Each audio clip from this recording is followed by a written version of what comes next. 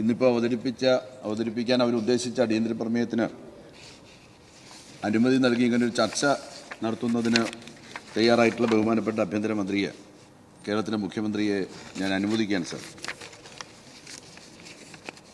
ഒന്ന് പറഞ്ഞങ്ങ് പോകാമെന്ന് വിചാരിച്ച അവർ വന്നത്, ഇറങ്ങിപ്പോകാനുള്ള തയ്യാറെടുപ്പായിരുന്നുണ്ടായിരുന്നത്. രാവിലെ സബ്മിഷൻ നോക്കുമ്പോൾ ഒരൊറ്റ UDF സബ്മിഷൻ കൊടുത്തിട്ടില്ല. സാധാരണ സബ്മിഷന് വേണ്ടിയിട്ട് വലിയ തെള്ളു നടത്തുന്ന ആളുകളാണ്. പക്ഷേ ഇന്ന് സബ്മിഷൻ അവർക്ക് വേണ്ട. രാവിലെ കക്ഷി നേതാക്കന്മാരെല്ലാം കൂടെ സംസാരിച്ച് പ്രതിപക്ഷ നേതാവിൻ്റെ ഒരു ദീർഘമായ പ്രസംഗമൊക്കെ നടത്തി ഇറങ്ങിപ്പോയി അപ്പുറത്ത് പ്രസ് റൂമിൽ പോയി ഒരു പത്രസമ്മേളനം കൂടെ നടത്തി അങ്ങ് അവസാനിപ്പിക്കാം എന്നുള്ള ഒരു രീതിയായിരുന്നു അവർക്കുണ്ടായിരുന്നത്. അത് ചീറിപ്പോയി. യഥാർത്ഥത്തിൽ സാധാരണഗതിയിൽ ഇത്തരം കാര്യങ്ങളൊക്കെ മനോഹരമായിട്ട് അവതരിപ്പിക്കുന്ന ഒരാളാണ് ശ്രീ റോജിയുടെ ഇന്നത്തെ അവതരണവും അത്ര ഏറ്റില്ല, നനഞ്ഞ വടക്കം പോലെ ആയിപ്പോയി എന്നുള്ളത് വളരെ സങ്കടത്തോടു കൂടി ഞാൻ കാണുകയാണ്. സാർ, നമ്മുടെ സംസ്ഥാനത്തിലെ പോലീസ് ഒരു ജനമൈത്രി പോലീസാണ് സാർ. 65,000-ലധികം വരുന്ന പോലീസ് സേനാംഗങ്ങളുള്ള നമ്മുടെ സംസ്ഥാനത്തിലെ പോലീസ് സേനയിൽ ഏതെങ്കിലും ഒരു പോലീസ് സ്റ്റേഷനിൽ ഏതെങ്കിലും ഒരു പോലീസുകാരൻ ചെയ്യുന്നതായിട്ടുള്ള മോശപ്പെട്ട പ്രവൃത്തിയെ സംസ്ഥാനത്തിലെ പോലീസ് സേനയെ ആകെ അടച്ചാക്ഷേപിക്കുന്നതിന് വേണ്ടിയിട്ട് നിങ്ങൾ ഉപയോഗിക്കുന്നത് ശരിയാണോ എന്ന് നിങ്ങൾ ചിന്തിക്കേണ്ട സമയം കഴിഞ്ഞിരിക്കുകയാണ്. സാർ, ഇവിടെ 2.5 വർഷത്തിന് മുമ്പ് നടന്ന സംഭവം എന്തുകൊണ്ടാണ് നിങ്ങളൊന്ന് പ്രതികരിക്കാതിരുന്നത്? ആ സംഭവത്തിൽ അത് ശരികേടാണ്, അല്ലെങ്കിൽ ആ സംഭവത്തിന് മുമ്പ് നടന്നതായിട്ടുള്ള കാര്യങ്ങൾ ശരിയല്ല എന്ന ഒരു ബോധ്യത്തിൻ്റെ അടിസ്ഥാനത്തിലല്ലേ കോൺഗ്രസ്സുകാരെന്നൊരു പ്രതിഷേധ പ്രകടനം പോലും നടത്താതെ, അല്ലെങ്കിൽ അതിനുശേഷം നടന്ന 6-7 സമ്മേളന കാലയളവിൽ ആ വിഷയം ഒരു സബ്മിഷൻ്റെ രൂപത്തിലെങ്കിലും അവതരിപ്പിക്കാൻ ശ്രമിക്കാതിരുന്നതിൻ്റെ കാര്യം എന്താ? അന്ന് ആ ചെറുപ്പക്കാരൻ ചെയ്തതിനോട് നിങ്ങൾക്ക് അതൃപ്തി ഉണ്ടായിരുന്നു എന്നുള്ളത് തന്നെയാണ് അതിന് ആധാരമായിട്ട് നമുക്ക് കാണാൻ വേണ്ടി സാധിക്കുന്നത്. നിങ്ങളും അത് അംഗീകരിക്കുന്നില്ല. ആ ചെറുപ്പക്കാരൻ്റെ പ്രവൃത്തിയെ നിങ്ങളും അംഗീകരിക്കുന്നില്ല. പോലീസിൻ്റെ പ്രവൃത്തിയെ ഞങ്ങളാരും ന്യായീകരിക്കുന്നില്ല. ഇപ്പോൾ ആണത് അറിയുന്നത്. 2 വർഷത്തിന് ശേഷമാണ് നമ്മളത് മനസ്സിലാക്കുന്നതെങ്കിലും മനസ്സിലാക്കിയ സന്ദർഭത്തിൽ തന്നെ ഗവൺമെൻറ് ശക്തമായിട്ടുള്ള നടപടിയാണ് സ്വീകരിക്കാൻ വേണ്ടി തയ്യാറായത്. 2 വർഷത്തിന് മുമ്പുള്ള കാര്യമാണെന്ന് പറഞ്ഞുകൊണ്ട് വെറുതെ ഇരിക്കാൻ വേണ്ടി കൂട്ടാക്കിയില്ല. വളരെ കർശനമായിട്ടുള്ള നിലപാട് സ്വീകരിക്കാൻ ഗവൺമെൻറ് തയ്യാറായി. നിങ്ങളെന്തുകൊണ്ട് 2 വർഷക്കാലം ഇക്കാര്യം പൂഴ്ത്തിവെച്ചു, മിണ്ടിയില്ല? നിങ്ങൾ എന്തുകൊണ്ടൊരു ചെറിയ പ്രതിഷേധം നടത്തിയില്ല? ബഹുമാനപ്പെട്ട മുഖ്യമന്ത്രിയെ കൊണ്ടൊരു നിവേദനം കൊടുക്കാൻ തയ്യാറായില്ല?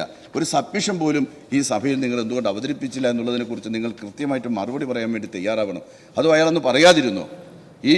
ഈ മർദ്ദനത്തിന് വിധേയനായിട്ടുള്ള സുജിത്ത് എന്ന ചെറുപ്പക്കാരൻ ഒരിക്കലും മദ്യം തൊട്ടു തീണ്ടിയിട്ടില്ലാത്ത, ശരിക്കും സസ്യഭുക്കായിട്ടുള്ള അമ്പലവാസിയായിട്ടുള്ള ചെറുപ്പക്കാരൻ അന്ന് കോൺഗ്രസ്സുകാരോട് ആരോടും തനിക്കുണ്ടായിട്ടുള്ള മർദ്ദനത്തെക്കുറിച്ച് ഇരുന്നിട്ടാണോ ഇങ്ങനെ സംഭവിച്ചത്? അത് കൃത്യമായിട്ട് നിങ്ങളത് പറയണമെന്നാണ് സാർ എനിക്ക് വളരെ സ്നേഹത്തോടു കൂടി അഭ്യർത്ഥിക്കാനുള്ളത്. സാർ, നമ്മുടെ സംസ്ഥാനത്തിലെ പോലീസ് ജനാഭിമുഖ്യത്തിൽ ഇന്ത്യയിൽ 1ാമതാണ് സാർ. കേരള പോലീസ് ദുരന്തമുഖത്ത് കേരള പോലീസിൻ്റെ സേവനം നമ്മളത് കണ്ടതാണ് സാർ. നമുക്ക് ആർക്കും തന്നെ നിഷേധിക്കാൻ വേണ്ടി കഴിയുന്ന കാര്യമല്ല. ശാസ്ത്രീയമായിട്ടുള്ള അന്വേഷണ മികവിൽ ഇന്ത്യയിലെ ഏത് ഏജൻസികൾക്കും ഒപ്പം നിൽക്കുന്ന ഒരു സംവിധാനമാണ് സാർ നമ്മുടെ സംസ്ഥാനത്തിലെ പോലീസ്. 10 വർഷമായി നമ്മുടെ സംസ്ഥാനത്ത് വർഗീയ കലാപങ്ങളോ വലിയ സംഘർഷങ്ങളോ ഇല്ലാത്ത നാടായി ഈ കേരളത്തെ മാറ്റിയത് ഈ കാവൽക്കാരാണെന്നുള്ള കാര്യം നിങ്ങൾ രാഷ്ട്രീയമായ അന്ധതയുടെ പേരിൽ ഒരിക്കലും മറന്നു പോകരുത്. സാർ, ഈ വർഷം മാത്രം 10-ലേറെ ദേശീയ അംഗീകാരമാണ് നമ്മുടെ സംസ്ഥാന പോലീസിനെ തേടിയെത്തിയത്. സാർ, പുഴുക്കുത്തുകളുണ്ടായാൽ അവർക്കെതിരെ മുഖം നോക്കാതെയാണ് ഈ ഗവൺമെൻറ് നടപടിയെടുക്കുന്നത്. കുറ്റക്കാരായിട്ടുള്ള 116 പോലീസുകാരെയാണ് ജോലിയിൽ നിന്ന് പിരിച്ചുവിട്ടത്. നാടിന് ഉറപ്പുണ്ട് ഈ സർക്കാരിൻ്റെ കീഴിൽ നേരിൻ്റെ വഴിയിൽ മൃദുഭാവേ ദൃഢകൃത്യേ കേരള പോലീസ് നമുക്കായി കാവലിരിക്കുമെന്ന്. അതാണ് സാർ നമ്മുടെ സംസ്ഥാനത്തിലെ പോലീസിൻ്റെ ഒരവസ്ഥയെന്ന് പറയുന്നത്. സാർ, ക്രമസമാധാനം സംരക്ഷിക്കാനും നിയമം കയ്യിലെടുക്കുന്നവരെ നിയന്ത്രിക്കാനും പോലീസിന് സ്വാഭാവികമായിട്ടും ബലം പ്രയോഗിക്കേണ്ടി വരും. ജനങ്ങൾക്ക് വേണ്ടിയാണ് ആ ഉത്തരവാദിത്വം പോലീസ് നിർവഹിക്കുന്നത്. എന്നാൽ കസ്റ്റഡിയിലെ മർദ്ദനം പോലുള്ള സംഭവങ്ങൾ ഒരിക്കലും നമ്മുടെ സംസ്ഥാനത്ത് പോലീസ് സ്വീകരിക്കുന്നതിന് അംഗീകരിക്കുന്ന ഒരു ഗവൺമെൻറ് അല്ല സാർ ഈ ഗവൺമെൻറ്. കുറ്റക്കാർക്കെതിരെ നിയമ നടപടി സ്വീകരിക്കും. സാധാരണക്കാരൻ എപ്പോഴും കയറി ചെല്ലാവുന്ന ഇടമായി നമ്മുടെ സംസ്ഥാനത്തിലെ പോലീസ് സ്റ്റേഷനുകളെ മാറ്റിത്തീർത്തത് ഈ സമീപനമാണെന്ന് നമ്മൾ കാണണം. സാർ, 1957 EMSൻ്റെ ഗവൺമെൻറ്റാണ് സാർ ആദ്യമായിട്ട് പോലീസിന് ജനകീയമായിട്ടുള്ളൊരു മുഖം നൽകുന്നതിന് വേണ്ടിയിട്ടുള്ള നടപടി സ്വീകരിച്ചത്. അതുവരെ പോലീസ് മർദ്ദന ഉപകരണം തന്നെയായിരുന്നു സാർ. സമരം ചെയ്യുന്നവരെ മർദ്ദിക്കുക, കുടിയൊഴിപ്പിക്കുന്നതിന് വേണ്ടി ജന്മിമാർക്ക് കൂട്ടുനിൽക്കുക, അങ്ങനെയുള്ള ഒരു കാടൻ പോലീസായിരുന്നു നമ്മുടെ സംസ്ഥാനത്തുണ്ടായിരുന്നതെങ്കിൽ 57 ഗവൺമെൻറ് EMSൻ്റെ ഗവൺമെൻറ് ആദ്യമായി സമരങ്ങളിൽ പോലീസ് ഇടപെടാൻ വേണ്ടി പാടില്ല, തൊഴിൽ സമരങ്ങളിൽ പോലീസ് ഇടപെടരുത് എന്ന് പറയുന്ന ഒരു നയം നടപ്പിലാക്കിയതിൻ്റെ ഭാഗമായി അന്നു മുതലുണ്ടായിട്ടുള്ള മാറ്റമാണ് സാർ. എപ്പോഴെല്ലാം ഇടതുപക്ഷ ജനാധിപത്യ മുന്നണി ഗവൺമെൻറ്റുകൾ അധികാരത്തിൽ വന്നിട്ടുണ്ടോ അപ്പോഴെല്ലാം നമ്മുടെ സംസ്ഥാനത്തിലെ പോലീസ് സേനയെ നവീകരിക്കാനും പോലീസും ജനങ്ങളും തമ്മിലുള്ള ബന്ധം ഊട്ടിയുറപ്പിക്കാനും വേണ്ടിയിട്ടുള്ള പരിശ്രമം നടത്തിയിട്ടുണ്ട് എന്നുള്ളത് നമുക്ക് കാണാൻ വേണ്ടി കഴിയും. സാർ ജനമൈത്രി സാർ കഴിഞ്ഞൊരു ദിവസം ജനമൈത്രി പോലീസിനൊരു യാത്രയപ്പ് കൊടുക്കുന്ന ഒരു ചടങ്ങിൽ പങ്കെടുക്കാൻ എനിക്ക് സാധിച്ചു സാർ.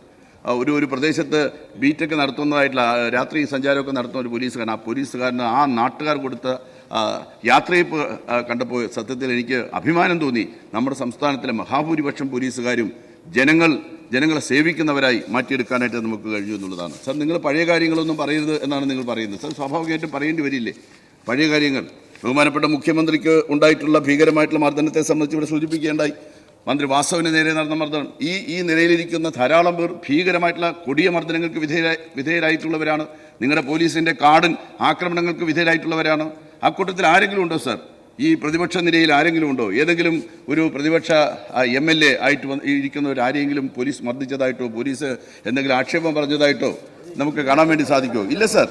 സാർ നിങ്ങൾ എന്തെല്ലാം ചെയ്തു എന്നുള്ളതിനെ സംബന്ധിച്ച് സാർ നിങ്ങളുടെ ഭരണകാലം എന്ന് പറയുന്നത് നരവേട്ടയുടെ ദുരന്തകാലമായിരുന്നു എന്നുള്ള കാര്യം നമുക്ക് വിസ്മരിക്കാൻ വേണ്ടി സാധിക്കുന്നൊരു കാര്യമാണോ? നരവേട്ടയുടെ ദുരന്തകാലമല്ലായിരുന്നോ?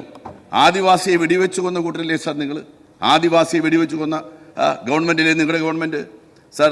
നിങ്ങൾ SNDP ശാഖാ സെക്രട്ടറിയുടെ കാര്യം ബഹുമാനപ്പെട്ട MLA ഇവിടെ പറയുന്നുണ്ടായിരുന്നു. മലം തീറ്റിച്ചു. നിങ്ങളുടെ കാലത്ത് SNDP ശാഖാ സെക്രട്ടറിയെ മലം തീറ്റിച്ചു എന്നുള്ളതാണ്. ഇടുക്കിയിലാണ് സാർ സംഭവം. 2001 നവംബർ 11 സാക്ഷിമൊഴിയെടുക്കാൻ വിളിപ്പിച്ച SNDP പന്നിയാർ ശാഖാ സെക്രട്ടറി അതിക്രൂരമായി മർദ്ദിച്ച് മലം തീറ്റിച്ച സംഭവം അരങ്ങേറിയത് രാജക്കാട് പോലീസ് സ്റ്റേഷനിലായിരുന്നു എന്നുള്ള കാര്യം മറക്കണ്ട. അന്ന് UDFൻ്റെ ഭരണമായിരുന്നു. നബിദിന ഘോഷയാത്രയിലെ ആക്രമണത്തെ സംബന്ധിച്ചും അന്ന് വെടിവെയ്പ്പിനെ സംബന്ധിച്ചും ഇവിടെ സൂചിപ്പിച്ചു. സാർ ഷോക്കടിപ്പിച്ച് രസിപ്പിച്ച ഒരു നാടായിരുന്നു സാർ ഉമ്മൻചാണ്ടിയുടെ നാസിപ്പട. അന്ന് ഷോക്കടിപ്പിച്ച് രസിപ്പിക്കുകയായിരുന്നു. വിദ്യാർത്ഥികൾക്ക് നേരെ ചരിത്രത്തിലാദ്യമായി ഇലക്ട്രിക് ബാറ്റൺ പ്രയോഗിച്ചത് ഉമ്മൻചാണ്ടി സർക്കാരാണ്. 2004 ഒക്ടോബർ 18 കണ്ണൂർ പരിയാരത്ത് UDF പോലീസിൻ്റെ നാസി മുഖം കേരളം കണ്ടത്. സഹകരണ മെഡിക്കൽ കോളേജിൻ്റെ മറവിൽ നടത്തിയ കൊള്ളയ്ക്കെതിരെ പ്രതിഷേധിച്ച വിദ്യാർത്ഥികളെ മർദ്ദിച്ച് അവശരാക്കിയതിനു ശേഷം ഉടുമുണ്ട് വലിച്ചഴിച്ച് സ്വകാര്യ ഭാഗത്താണ് ഇലക്ട്രിക് ലാത്തി പ്രയോഗിച്ചത്. തളിപ്പറമ്പ് DYSP PK അബ്ദുൽ ഗഫൂർ നേരിട്ടാണ് ഇപ്പോഴും നടത്തിയത്. അങ്ങനെ എന്തെല്ലാം തരത്തിലുള്ള മർദ്ദന മുറകൾ വിദ്യാർത്ഥികൾക്ക് നേരെയും യുവാക്കൾക്ക് നേരെയും രാഷ്ട്രീയ പ്രവർത്തകന്മാർക്ക് നേരെയും ഒക്കെ നടത്താൻ വേണ്ടി, സാധാരണ ജനങ്ങൾക്ക് നേരെ നടത്താൻ വേണ്ടി കഴിയുമോ? അതെല്ലാം നടത്തിയ കൂട്ടരാണ് നിങ്ങൾ. അങ്ങനെയുള്ള നിങ്ങളിപ്പോൾ മാറി നിന്ന് 2.5 വർഷക്കാലത്തിന് മുമ്പ് പോലീസുകാരെ മർദ്ദിച്ച ഒരു സംഭവവുമായിട്ട് ബന്ധപ്പെട്ട് പോലീസ് കസ്റ്റഡിയിലെടുത്ത ഒരു ചെറുപ്പക്കാരനെ പോലീസ് മർദ്ദിച്ചു കളഞ്ഞു എന്ന് പറഞ്ഞുകൊണ്ടുള്ള വലിയ ആക്ഷേപമായിട്ട് രംഗത്ത് വരികയാണ്. യഥാർത്ഥത്തിൽ നിങ്ങളുടെ തനിനിറം തുറന്നു കാണിക്കാൻ ഇത്തരം ചർച്ചകൾ നിശ്ചയമായിട്ട് നമ്മുടെ നാട്ടിൽ നടക്കുക തന്നെ വേണം. എന്താണ് UDFൻ്റെ കാലത്തെ പോലീസ് എന്തായിരുന്നു എന്ന് മനസ്സിലാക്കാൻ നമുക്ക് സാധിക്കണമെങ്കിൽ ഇത്തരം ചർച്ചകൾ അനിവാര്യമാണ്. ഈ സന്ദർഭത്തിൽ ഈ അടിയന്തര പ്രമേയത്തിന് യാതൊരു പ്രസക്തിയുമില്ല. ഇത് അടിയന്തരമായിട്ട് ചർച്ച ചെയ്യേണ്ട യാതൊരു കാര്യവുമില്ല എന്ന് പറഞ്ഞുകൊണ്ട് ഞാൻ അവസാനിപ്പിക്കുകയാണ് സാർ.